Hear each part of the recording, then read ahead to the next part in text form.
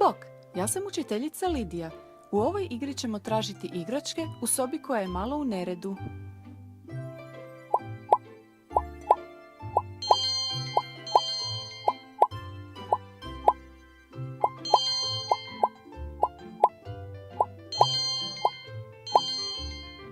Bravo!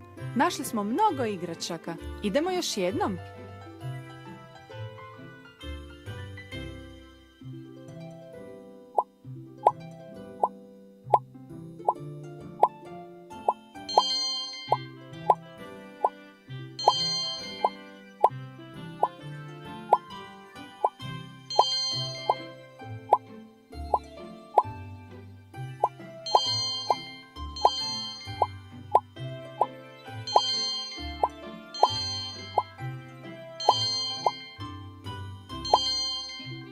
Bravo!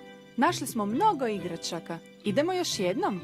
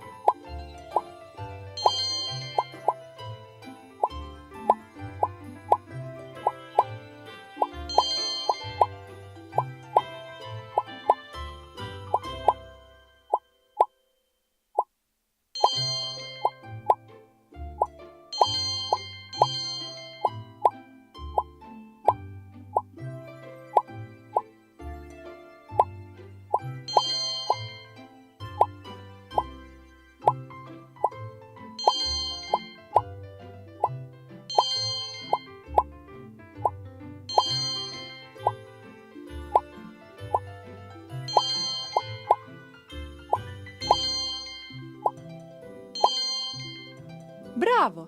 Našli smo mnogo igračaka. Idemo još jednom?